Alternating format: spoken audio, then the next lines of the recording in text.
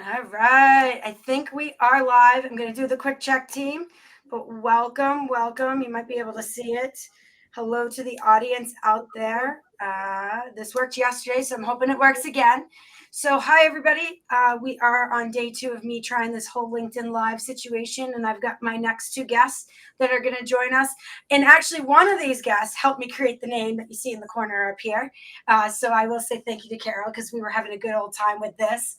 But I want the team to everyone introduce themselves here. So I'm going to have Carol and Rags introduce themselves, talk a little bit, and then we'll get into some where we at, what happened, how did we meet, and then where are we going in life. So anyhow, Carol, I guess you started off because you did help me with the name. So I'm going to have you go first. All right. I'm so excited to be in the Cyber Saloon. I grew up on Western, so I love this so much. It was a great name up front, and it was a very easy connection. So I'm Carol House, thrilled to be here, and I've had the privilege of working with Rags actually for quite some time.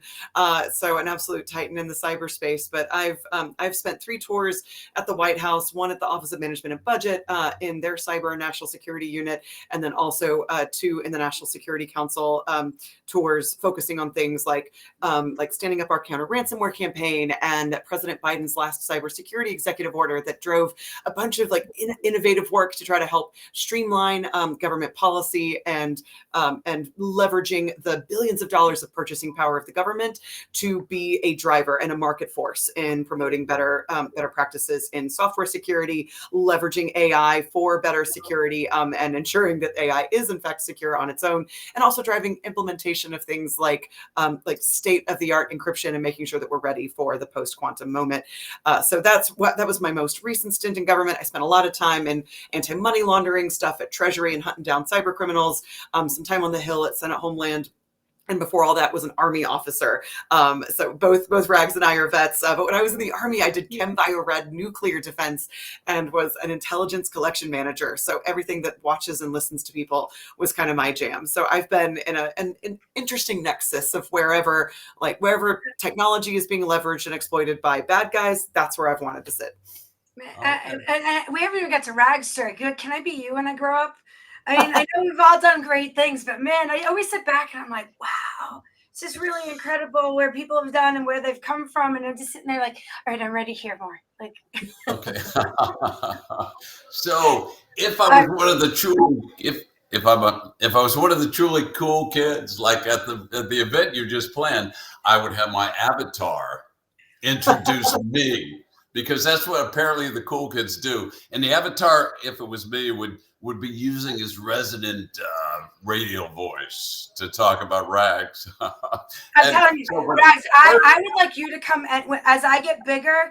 I'm going to have you guys come with me because I just want you to introduce me. If that was the rest of your job for the rest of your life, I know I could be your agent and book you. Actually, just, you know what? If you want an agent booker, I will find everyone that will let you do, because that was incredible.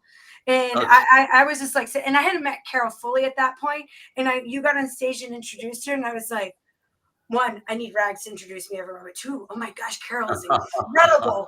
I cannot wait to talk to her after this whole thing. We have only had a few conversations at that point. We just barely knew each other. And I'm like, all right, she's going to be my best friend. Just It was so great, y'all. I realizing that how much of the audience may not have been at the conference. Rags introduced me with a wrestler announcer's voice. I had kind of joked, but kind of not joked that that was a dream of mine to be introduced that way, and he did it and was magnificent. It was amazing. So sorry to talk over you, Rags. You have many an amazing skill set and career and accomplishments, but goodness, that is an amazing feature that you also have. Well, actually, it relates very much to, I'm not going to run you through. I'm an old guy. I've been in I've had 50 years nearly of professional life, and I'm not going to run you through the whole litany. I will say this, though. I am thrilled beyond thrilled. I've known, as Shannon, I've come to know you actually last month, and you're awesome and amazing. But Carol, to be in an event with Carol, who I've known for years and seen the consequential work she's done, and she does so with she realizes that while the work is so damn important, we don't need to take ourselves too seriously, right? We don't need to drain the joy out of every day just because we're dealing with difficult complex, challenging, vexing problems, we can still bring some joy. And Carol obviously does that. Shannon, we're like birds of a feather here. So to the extent that, running through what I've been able to do or not do, my wife jokes that I can't keep a job. and in fact, and what I say to her is, I don't want to. See? Because Carol and I are both vets. And one of the things that the military does, and they don't speak to the benefits to the extent I think they should, is they put you in hard jobs, and you gotta fake it until you can make it. You gotta learn, you gotta grow. We all have the imposter syndrome. Let's be honest, we all do to some extent or another. We're all imposters. But in the first year, it's like really hard, and you're just trying to keep a brave face, but you're not really sure what to do in any job, really, let's be honest. And then you learn and you leverage, you learn from the people you work with, you take on the challenges you learn, like, oh, I can actually do this work. I can actually make a contribution. I can learn what I need to learn to do the job that I'm called to do. But you do that for 2 or 3 years, and then you get comfortable. And that's not where we need to be. Life is not supposed to be easy, right? The couch is where dreams go to die. So if we're comfortable. Instead of the couch to 5K, the couch is where dreams go to die. Let's do the couch to 5K now. Okay. So, 40 years in the Department of Defense, 40 years, 30 in uniform, 3 deployments, was really, was able to work at in senior levels at West Point. My last job there was Vice Dean for Education, so with oversight over the entire curriculum at a very important institution during a critical period of time. I left there, went to DARPA, was a DARPA program manager. Loved that.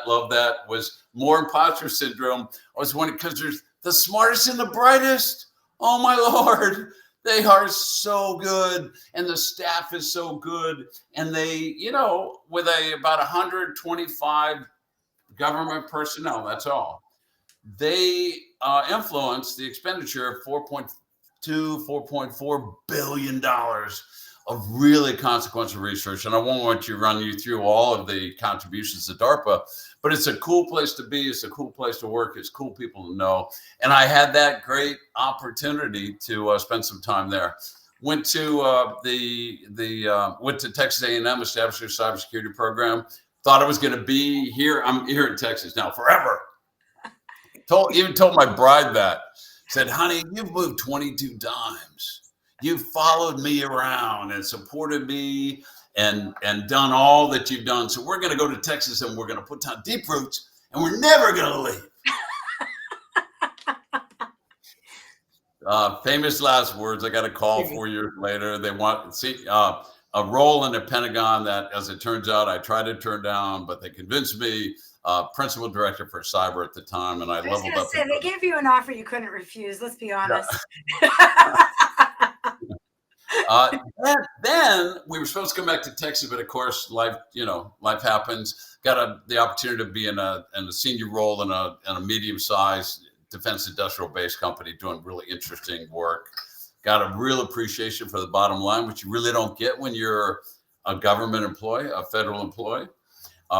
And then got at the tail end of this long, I got requested to serve a role along with Carol, as it turns out.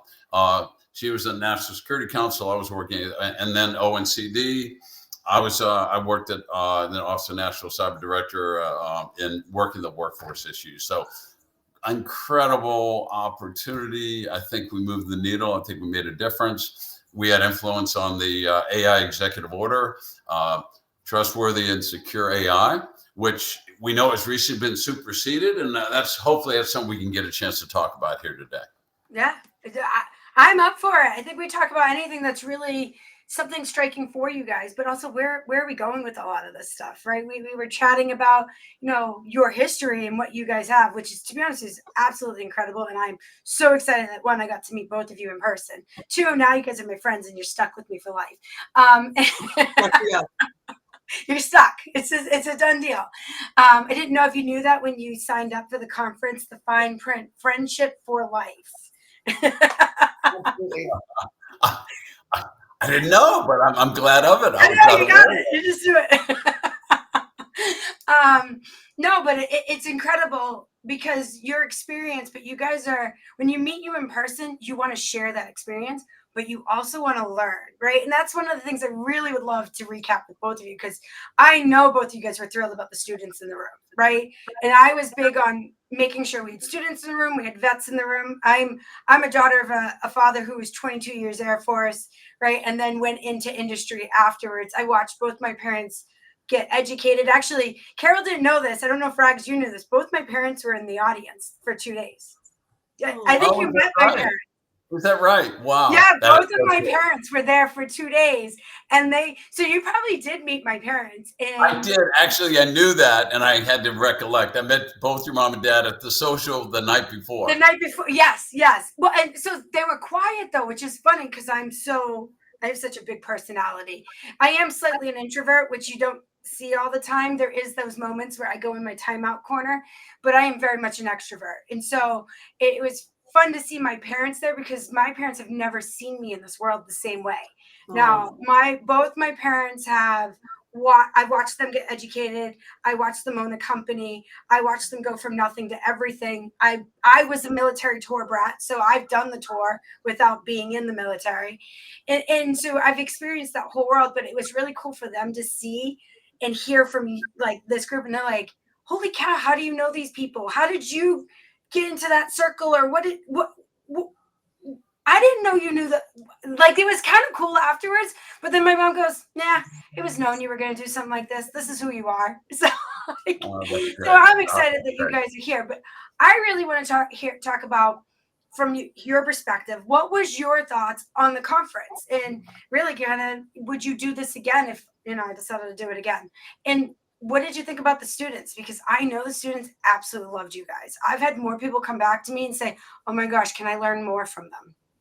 Oh, well, Go ahead, Carol. yeah, Please. like I love students, and ultimately Rags is going to have such a great perspective given him like being tip of the spear on the work that's been needed and being done on the cyber workforce side, and it really starts at such young ages, and so like being able to touch directly like that ecosystem, and it was really cool because like a lot of my favorite people from government, from prior government and existing government were there, in with a lot of students and also in with a lot of entrepreneurs. And I'm currently an entrepreneur. I'm standing up this advisory practice focused on strategic technologies meets national security meets econ and financial innovation. Like that sweet spot at the center of those three things is really where I'm at. And so much of that was represented in the room, whether it's again like the research and development happening at academic institutions and what students are trying to drive, as well as like we had a pretty fun debate and discussion even like that started to kick off at the end around the infrastructure as a service executive order that was issued by President Trump in his first term, upheld by President Biden, and like is still in place under Trump this time. And like some of the interesting dynamics and discussions around what it takes to really drive something that I've been really engaged on, which is what are the democracy primitives as well as accountability primitives that you need in the future building blocks of digital economies, which I feel are information and infrastructure and identity. Like those three pillars are huge. And I think they're very tough, and they're ones that we've not been very good at getting strategic policy that really aligns a common North Star across all three of them. There's some areas where discussions are happening, but not everything is all totally aligned. And so it was a really fun opportunity to talk about that, as well as talk about really concrete things that are happening in the cyber domain. Like my keynote, I talked about the issues of course, like Iran in the wake of this fragile ceasefire and everything that's been occurring. Everyone's been waiting for potential, continued confrontations in the cyber domain, which Iran has done for years, and leveraging their proxies and ransomware and other activities targeting Americans and critical infrastructure. But ultimately, I talked about lessons from, of course, military history, because why not? And how I felt that there were lessons from the Battle of Thermopylae, so very timely, is ancient Greece. But in thinking about how we're dealing with adversaries of great offensive scale and distribution versus a pretty fragmented defense that we have for critical infrastructure in the U.S. Like, I think that there's lessons that we can take from other forms of warfare outside of cyber, and thinking about what kind of defensive posture that we really need and cooperation with industry. Thinking about things like terrain advantages, like physical terrain, but also digital terrain and choke points that we inherently have in partnership with industry. Like, I think talking about those and like how do you maintain tactical agility and resilience and recoverability where cyber meets physical? Like, it's a confluence of an emerging of lots of different issues that already exist that we deal with in the physical domain of like emergency response and cyber, but like where the two really have, like, that connective tissue and fabric really hasn't been coordinated as strongly as we need. It's been something that we've been trying to build and focus on, but why it's so great to have students in the room that are thinking about the future of how they build the technology and policy that allows for that connective tissue, but then also the industry and entrepreneurs and people that are being targeted, and the ones whose infrastructure is being used in the exploit, and industry who are creating the solutions to stop it. Like, industry, like on either of those three vectors, is tip of the spear, is front lines in the fight. So it was really cool. It's like I think the conference was great. Well, and so that goes back to, I loved it because you talk about the last one, but I know you really liked the debate that was happening. But as you're bringing that one up, it still reminds me of you and Rob Lee being on stage at lunchtime and having a fireside chat. And Rob Lee goes, I know we're talking about AI, guys, but doesn't everyone realize that we have an infrastructure issue that we also need to talk about? So it kind of lines at that point where you're sitting there saying, we keep forgetting these other aspects that are just as important, and we keep moving forward, but we're leaving all of this behind. And if this crumbles, it doesn't matter how far you move forward, you're not going to have anything to stand on. So I'm intrigued in what you think on that, because I know you were like, I saw your face light up when he said that. It's like, yes, that's what he said. Absolutely. Like, I'm delighted that everyone's excited about AI, and sometimes I do wonder if we live in a simulation, since like the three very technical areas that I've worked in, so financial crime and fraud, cybersecurity, and chem bio rad nuclear, are like the three areas that AI presents a very specific problem for right now already. And so it's like there are things from a national security perspective that I'm very concerned about with AI. But also, I do feel that, like, at the moment, AI isn't presently the giant vulnerability, the way that our like decades old infrastructure is absolutely being leveraged and exploited, and where we've spent decades not investing in upgrading that. And ultimately, that is where we're concerned about adversarial actors like Vault Typhoon that are pre-positioning on, like, you tell me if you care about these sectors: water, transportation, communications, energy. Like, these are Maybe really just a little bit. So I love that point, that I'm concerned that there's so much money and investment and focus, and I'm excited about it too. There's so much economic potential with AI, but ultimately, gosh, I wish we could get something else that I had written about before I returned to the NSC was about the national security investment imperative, which includes investment in our infrastructure. That's not something that's made it in, like, when you had ESG making it into people's, like, boardroom meetings and talking points about what their investment portfolios needed to look like and what their corporate governance needed to look like. Why not national security and thinking about investing in this infrastructure, especially given the kind of threats that we're facing in the next couple of years? It's so true. It's so true. And Rex, you were on stage too. I know we talked about your announcement, but you had joined them as well. And that was the fun part. Like, what's your take? Because I know you're taking a big stand on AI, right? I know your 30, 40 years of experience doing all of this and hearing things that most of us, think we know, but we don't know anything, right? And so what's your take on all of this? Yeah. So first of all, three-part answer here, right? So I am going to talk about the event and what I took away. I'm going to talk about students in particular, because this is my jam. This is why God put me on this earth, to put me in the classroom. And my wife again reminds you that, like, you're not in a classroom now. I said, yeah, we'll get there. All right. So, and then talk about AI and critical infrastructure. So there's a lot, and Carol covered the landscape extremely well already. So, but what about the event itself? So I will bring quotes. I will bring some damn quotes because, I don't have a whole lot of original thought. But I think I may have alluded to Maya Angelou's quote, that people forget what you said, they'll forget what you did, but they'll never forget how you made them feel.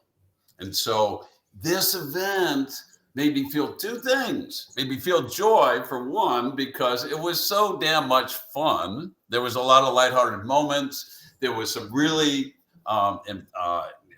wonderful social engagements and connective tissue there. It was just a hell of a lot of fun. I'm just going to say that. I had fun, enjoyed it more than any other event I've ever been to. Okay, not a professional event. Had more fun at making social. I get it. Weddings and other stuff might be a little bit more entertaining, but at least we made cyber and risk fun, and that is hard to do. Did we, take this problem seriously? Don't take ourselves too seriously. It's always been my approach to anything. Why drain the joy out of all? I had Carol and I both have deployed. I spent a year in Iraq at the largest doing the base defense and based operations for the largest coalition base in the world, and it was a deadly serious mission. But there were some lighthearted moments, and it got us through the day. And so these are not incompatible. And I think your event really hit home in that respect. Very serious issues for the love of God. I mean, we do have tremendous cyber risks. So there's a global cyber risk conference. We're talking about cyber risk. Carol highlighted, I think we need to really continue to look hard, invest, and create incentives and underscore the national security implications of having vulnerable critical infrastructures. We can turn U.S. opinion on a dime if we turn off the water, right? I mean, when the American people, you cannot last very long without water. 3 days is what they say. So we interrupt that supply, put it at risk. A nation state, perhaps wanting to influence American foreign policy or even military action. This is a grave vulnerability, and we have to take it seriously. We have to address it head on. And so to that extent, amen. Again, I say amen. The critical infrastructure must be more resilient. The government has a role to incentivize the hardening of those facilities in some respect, and also the ability to respond rapidly in the context of a emerging threat. We talk about the grid a lot. The grid is designed to be resilient, like from Jump Street. And even so, squirrels, apparently the most pernicious threat to the grid are squirrels. And there was another it's leaves up here in Massachusetts. The trees take down we're done. Yeah. We had a snowstorm one October and everyone lost power. You don't get snow in October with heavy leaves. The power grid, they shut the whole thing down for a week. Yeah.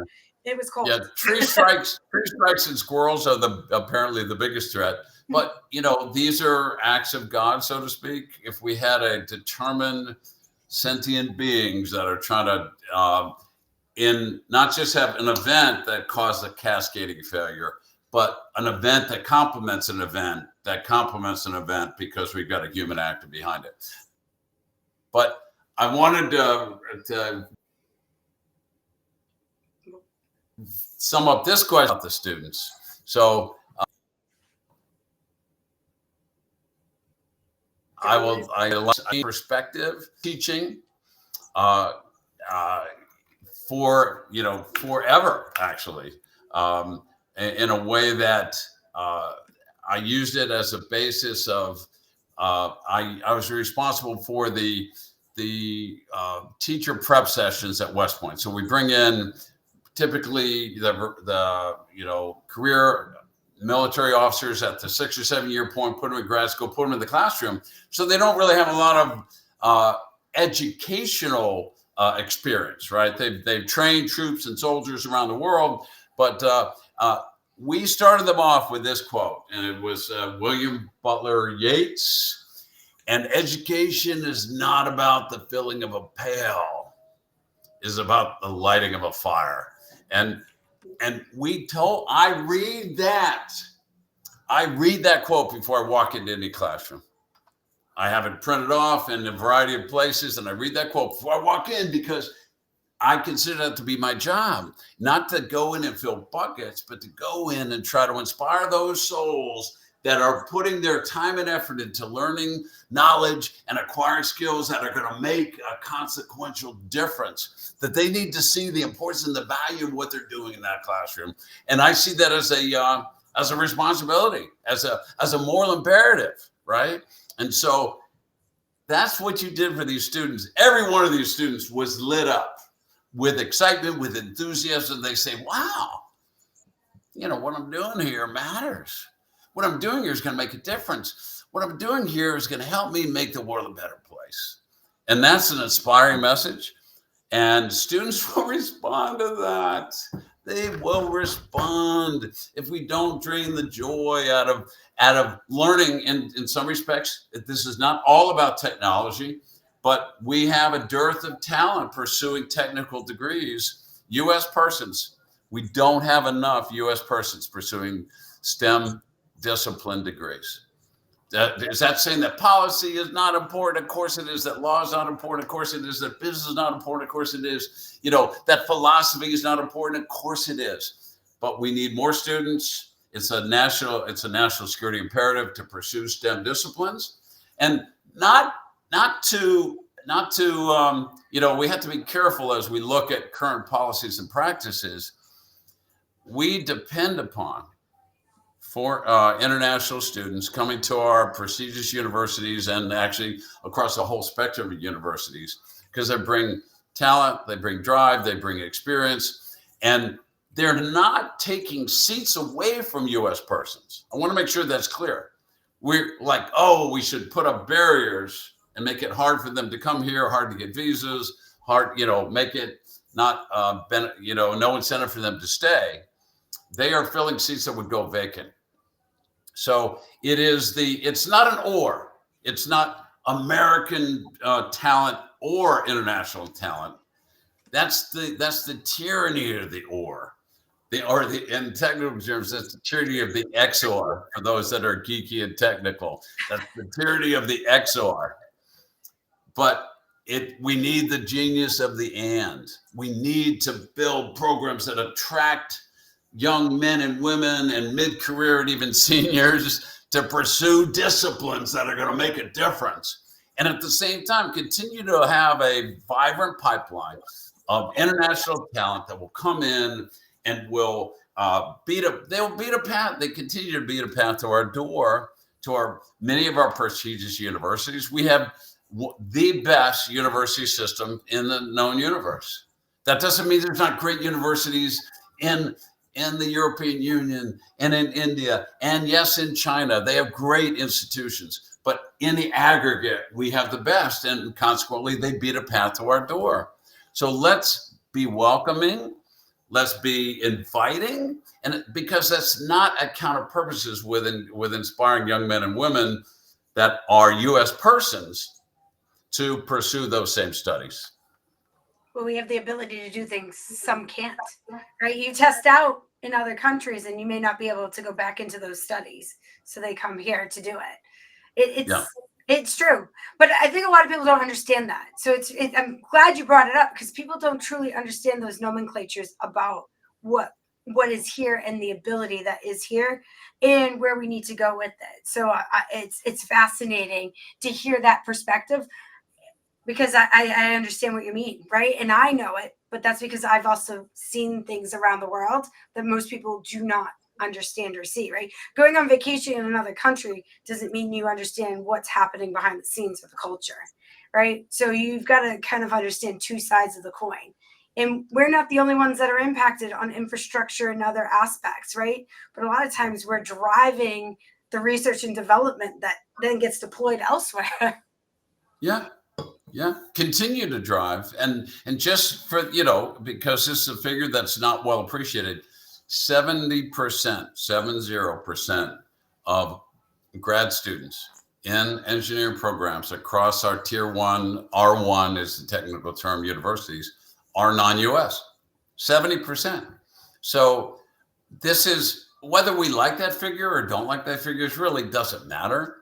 If we were to shut down that pipeline, we would shutter, and with two T's, not two D's, we would shutter the research programs that are driving innovation across our great nation, across the globe, because we will not have the talent to do the work. Just solely resting upon the shoulders of the young men and middle career folks that are pursuing studies that happen to be U.S. citizens. So it will always be, and even if we substantially increase the numbers of U.S. persons, we still want that talent to come from across the seas, because it brings diversity of thought, diversity of perspective, and gets us to better places. It is to be leveraged, not to be denigrated. I love it. I love it. So, where are we going in life, guys? What are we doing? What's the next stage of this? Because I know you guys have both left office, starting new careers. So where are we going with our lives? I know, Carol, you brought up a little bit of starting a consulting company, but let's hear about the next big phase of this and why it's important to you, right? Because you guys are mission driven. That's what I love about you. You have a mission, vision, and purpose, right? We all do. That's what we do. My whole background's acting up on me here, but what is it that's driving you right now, and why? Let's hear it. Who wants to go first? Who's up? Go, Carol. Yeah. Yeah, I love it. I don't know, I mentioned it before, basically where I'm focusing all of my work, whether it's the consulting work that I'm doing at Penumbra Strategies, or through board work that I'm doing with nonprofits, as well as board work with some regulatory agencies that I've been advising, and then also with some for-profit companies. Again, it's really that issue of where strategic technologies meet national security and meet economic and financial innovation. To me, there's an understanding generally widely that I'm delighted has been adopted and recognized, that the future of competition is really waged on the battleground of economic competition as well as technology competition. Understanding that there's a huge overlap between the two, right? Tech is an inherent underlying feature of our economy, and our thriving tech sector is a huge pillar and boon for the U.S. So to me, why I've decided not to go in-house somewhere, because there's so many cool companies that are doing amazing things, but I don't just want to be involved with one company. I want to help so many. There's so many founders out there. There's so many companies that I think are going to be, again, they're at the forefront of being targeted. They are at the forefront of building the innovative solutions that are going to help us, whether it's companies that are creating hypersonic rockets and helping us think about being on the cutting edge of that tech, or what the future of satellite technology and communications, resilience and infrastructure looks like, or the future of cybersecurity, leveraging AI capabilities, AI governance and responsibility, or the future of blockchain responsibility and privacy enhancing technologies, trying to shape what the future of money and dollar expansion and dominance looks like. All of those are issue sets that I care about, and so to me, that all of those areas are ones where I think that the future of warfare and strength are being fought on. I think that there's balkanization issues and accountability issues that are happening without and conversations that are happening in different silos, conversations around accountability and finance happening inside of those silos, separately happening in emerging tech, and then separately happening in internet infrastructure, and where conversations of things like platform accountability, like Section 230 and software liability are happening in each of those domains, but there's really not a crossover between those two. So not only am I intrigued by that because it's a fascinating technology and policy issue and implication, I want to make sure that companies are keeping track of and seeing where there's touch points for some of their companies to need to navigate the landscape with regulators and government, but also understanding what things look like to do abroad in global business. And then also I want policymakers to hopefully be able to be informed and engaged by. I'm doing some work again with regulators and think tanks to try to make sure that all of those landscapes and those mountaintops are being properly mapped, and where we're seeing where some of the greatest pitfalls can be, either for security or for a competitiveness angle. That's really, I think that there's a lot of natural tensions that are really driving the more and more we get digitized, and where economic and financial infrastructure and digital infrastructure are increasingly commingled, with a lot of functions that had traditionally been bifurcated are now running on the same rails. That has some really fascinating implications for policy and responsibility. Also, increasing the attack vector, right? Like on the digital side. So, and those darn squirrels, as Rags said. Right. So to me, that's where I think that we're going on the threat side, on the tech side. And I'm just thrilled that the work that I'm doing on investment and consulting and stuff allows me to be a part of it with some of the coolest companies out there. All right, so what are you doing in free time? Because this is incredible. But do you actually have free time? I know we talked to Rags earlier that you read books occasionally, but what are you doing in free time, Carol? Because I'm like sitting here being like, wow, I wish I was in all those rooms. Granted, as I talk, you're probably sitting there saying the same thing about my history, but like it's just incredible what you've accomplished and where you want to go and what mission you have, right? It's just amazing. But you got to do something on your free time. So what is it? Yeah, I know, right? Well, I do love writing, and it's on all these things. So, like, there's like some pieces that I have done and will be doing on some of that. But also, like, I like playing D&D, and do so. I'm a Dungeons and Dragons nerd. I'm a No, gamer. you are not. Oh my gosh, totally I am. wish I had known that. Greg, who was at the conference, I don't know if you remember Greg Silverman, but if not, he was the big talk. He got me to do. We worked at Silence together, and when I ran all the compliance there. Yeah. In one of the trips, he used to bring board games everywhere we went, everywhere. So we would be at dinner and he would whip out a board game and we would play it. Then there was a night where he convinced all of us to do a role-playing game. I had never done anything like that since probably I was like 12 when I did role-playing as like just a fun, like 12-year-old thing.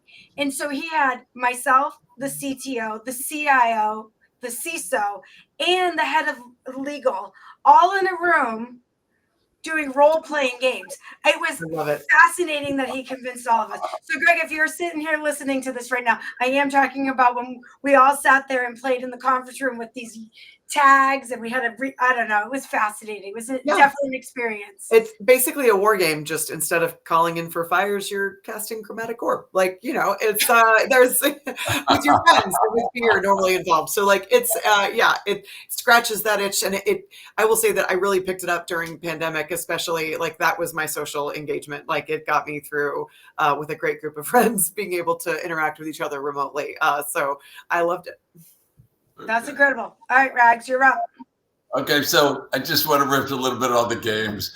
Wait, so for whatever reason, people that have my same DNA are very competitive, like to the point of near violence, but you know, in an uplifting way. Just a little bit. And as it turns out, they married. My three kids are all, you know, all formal, all served, or serving or served, one Army, one Air Force, one Navy. But they married spouses who are also crazy competitive. So there's nearly knife play in the context of just about any time we get together as a family, in the context of playing these games. And you know, maybe not knife play, but either way. We do love our board games. All right, so more to the point of the question, which was what? Well, that's fine. Well, we can start. What are you doing with your life now? Where are you going? What's the mission, vision, playing games. No. And then we got to talk about what you do for fun, because right, this is what it's about. We don't just work, right? Everyone's probably sitting here listening to me like, oh my gosh, this is incredible.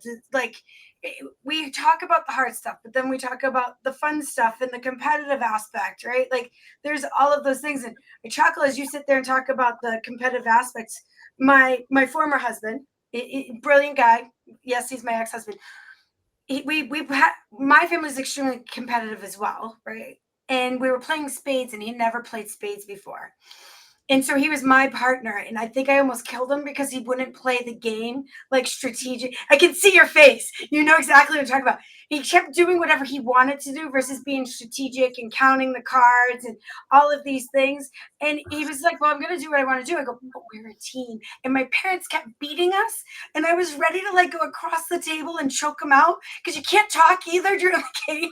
So I was like, look at him like afterwards. I go, you better learn to play the rules and this game. Go research it because we are not losing to my parents tomorrow. I will never hear the end of it. My father and I have this $10 bill that we pass back and forth. Actually, I owe him a lot of $10 bills. So it used to be a bet. We would bet on something, and I was more than likely wrong as a kid. And so he's like, do you bet $10? And I go, I bet $10. I know I'm right. And he ended up being right. So I started framing the $10 bills, writing I win underneath it and handing it to him instead of, so he had the frames of the $10 bills with I win on them instead. And so yeah, right. So what are you doing? What's the mission? Where are you going? Because you're transitioning again. And then what do you do for fun? So when I transition, I not looking for halos, but I have gone from one hard job right into the next job, typically with no time off. I'm like, oh, who needs stinking time off, And looking back, I don't have any regrets, but I do wish that I would have maybe taken a knee between jobs, just for the opportunity to kind of clear the brain and be ready for the next thing. I jumped right out of the frying pan into the fire kind of thing. But so this time I said, I'm not even sure what I'm going to do when I grow up once I left my last role. So I'm going to not sit around because that is, that's where dreams go to die. But I'm going to, take stock and really try to get my head around how can I continue to contribute, right? I've taken some pride in that. I felt like I've made a difference, right? One thing that was emphasized a lot in ONCD that was a little newish to me is, we're looking for national security, but it's inextricably linked to economic prosperity. And Carol alluded to this, right? Like we could, without economic prosperity, it's very difficult to do national security. So to the extent that the federal government, with a light hand, I think that's crucially important, can provide incentives that would maximize economic prosperity, that even those activities, which may not appear to be directly connected to national security, are actually national security grounded, right? So these you can't separate the two. If we don't have economic prosperity, that the American dream, if it does not continue to be viable, then we're not headed in the right direction. So to the extent that, the government can put in place policies, practices, procedures, and I'd say incentives, working the carrots, not the sticks as much, to encourage companies to not just to do better security the infrastructure, but to create good paying employment for American citizens. And what that looks like, because I worry sometimes as we bring manufacturing back, we're not necessarily bringing a lot of jobs. Let's be honest. Let's just be honest. We're not necessarily bringing a lot of jobs. So I think there's a role for the government to incentivize with a light hand, because we've got to be competitive. We've got to compete, and we can compete. There's something, I'll say that's a very specific issue. Choking off China from chips, AI chips and hardware, wrong. Absolute fail. In my mind, and Carol, you could disagree, and I would like you to, but I think it's a fail because mother is the invention.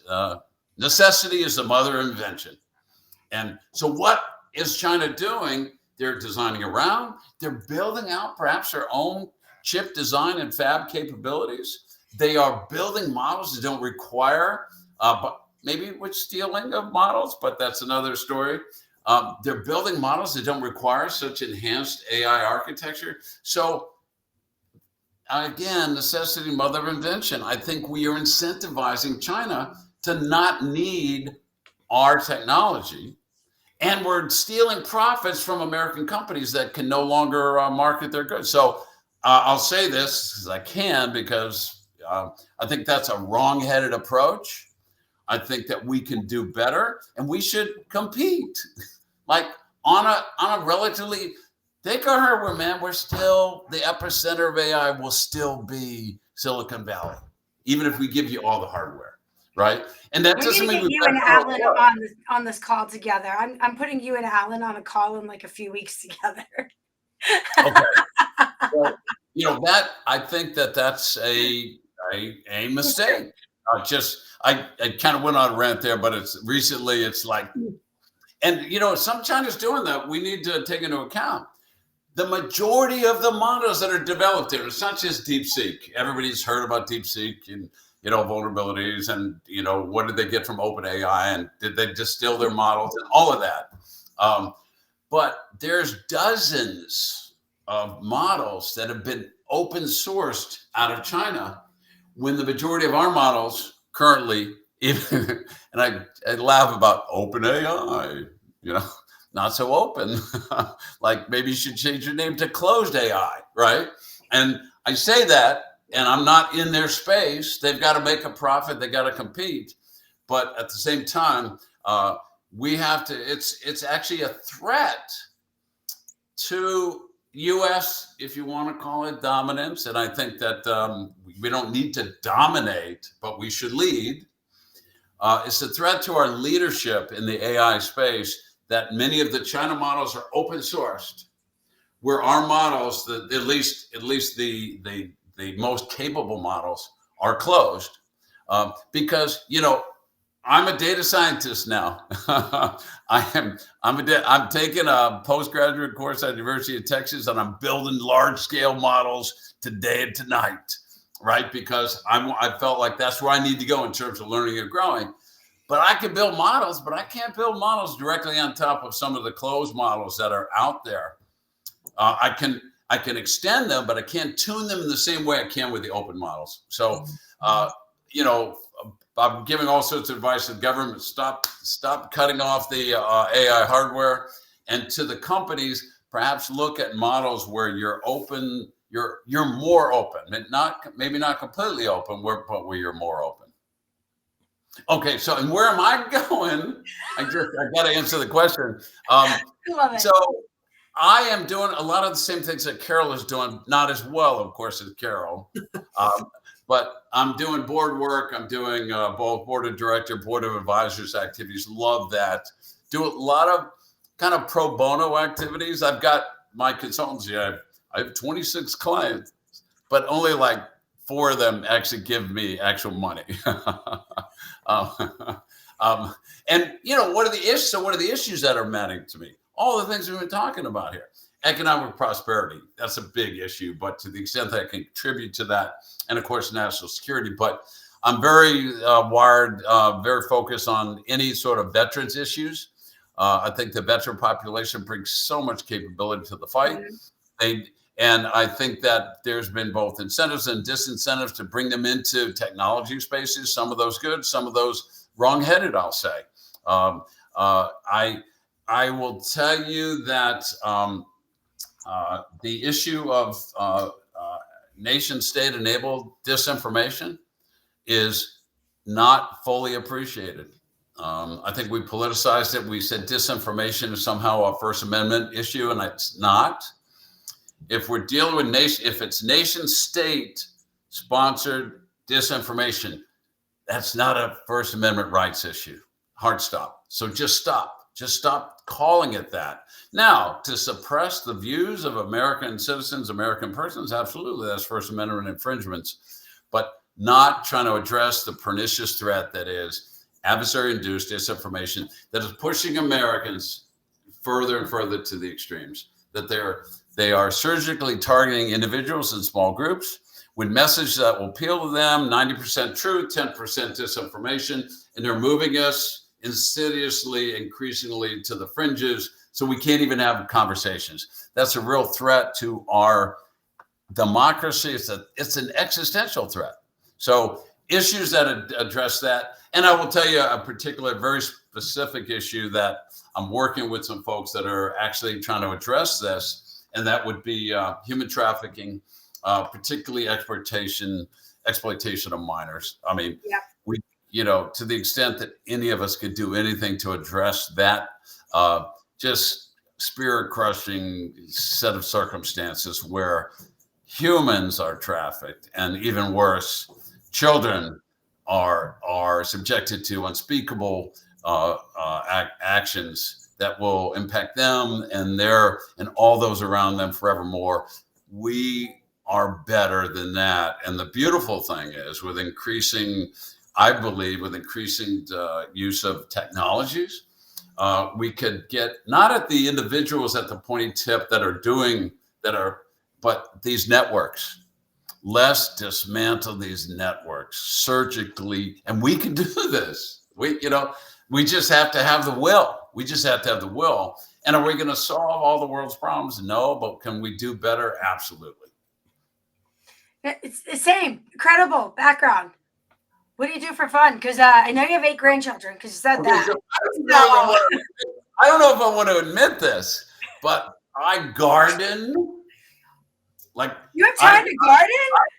I love some damn flowers. I love flowers. I'm just going to put that out there so all the trained killers of the world like, Rags, really? I thought you were a trained killer. Yeah, I love my flowers. So I garden a lot, and no vegetables. Like, I'm not interested in vegetables. I do gardening and landscaping at scale. Wow. Okay? So speaking of being a trained killer, I'm the opposite. Almost every plant that makes it in my house does not survive. So I've tried. Okay. Max, if you want to come clean a yard up, I've got a lot of weeds and a lot of beds that need love, because I've had 0 time to do it between like conference and the application I'm building, and now I'm getting ready to go to Black Hat. I haven't actually looked at them, and my kids are like, Mom, when are you going to go do the garden? I go, I don't know. Why don't you guys do it this week? Well, let me know, because if I'm out there with a great audio book in the headphones, and I'm hot and sweaty and dirty and grimy and making the world better, I'm good. I'm also I don't necessarily admit this, I'm a big bird guy now. I've got a whole bird sanctuary. I'm putting Carol to sleep here. No, I'm laughing because there's a whole like meme right now about how, like, I guess mostly it's making fun of like elder millennial men right now. It's saying that like you get into one of like these things and it's like gardening, bird watching, pickleball, something else like that I've forgotten. So I'm just laughing at like Rags is having his millennial moment right now. I love it. More time. So I'm reading like crazy until my eyes bleed. I'm gardening. I am bird watching, and I'm working out. And that's in addition. And I chased my bride, my high school sweetheart. We've been married for 43 years. Aww. We've known each other for 50 years. Chasing her around is also one of my favorite activities. I think that I'm still sitting here being like, you're a trained killer who gardens and loves flowers and watches birds. Right now, I'm just like sitting here being like, we could have some fun over the weekend. Like, we could all hang out. I would watch you garden, and I would point out the birds for you. Great. So party at Shannon's house. Yeah. I'll bring the board games. There we go. That's going to be a fun weekend. Yeah. Let's do this. Yeah. Next event, board game and gardening. I'm in. I'm totally in. And I know a bunch of people that would totally join that one. But no, this has been amazing. Thank you guys so much for joining me today. I always have fun. But you know what I'm really hoping for is the highlights, because I told you guys this is being done on Restream or whatever the application is called. And they do this whole AI thing where they cut it out. And I really hope it comes back, Rags, and it bullets it out. It says, I love gardening. I just hope it does that. If not, I'm going to create a meme for you. I want people to think, I love gardening. Rags, he's hard. That Rags is a hard man. That's what I want. But once they know I like birds. The clip now, just saying that moment right there. That's the clip. Rags is a hard man. That's the clip. I'm going to die. If it does it automatically, I'm just going to message the two of you and be like, oh my gosh, it totally did it for us. AI bot, please make that happen. But anyhow, I truly do appreciate the both of you. I think you guys are utterly amazing, and I'm so glad to have met you. And now you're in my friendship book. So But I'm looking forward to what we're going to do together in the future. So again, thank you everybody for having us and handling my day 2 of LinkedIn Lives. More are coming, and sporadically, maybe they'll become consistent, but we're going to have some fun with this. I am teaching a class tomorrow. I don't think it's going to be live because it's 2 hours long, and I'm going to be teaching it all around digital awareness and where's your physical and your asset inventory. So really teaching people, as you guys are talking about the infrastructure, there's the physical component and there's the digital component, and people need to understand both of them. So we're going to dive into that, not as in depth as we talked about today, but more in a high level so that the everyday person can understand it. So anyhow, thank you everybody. I'm going to end this now. Let's see if I can do it without closing out.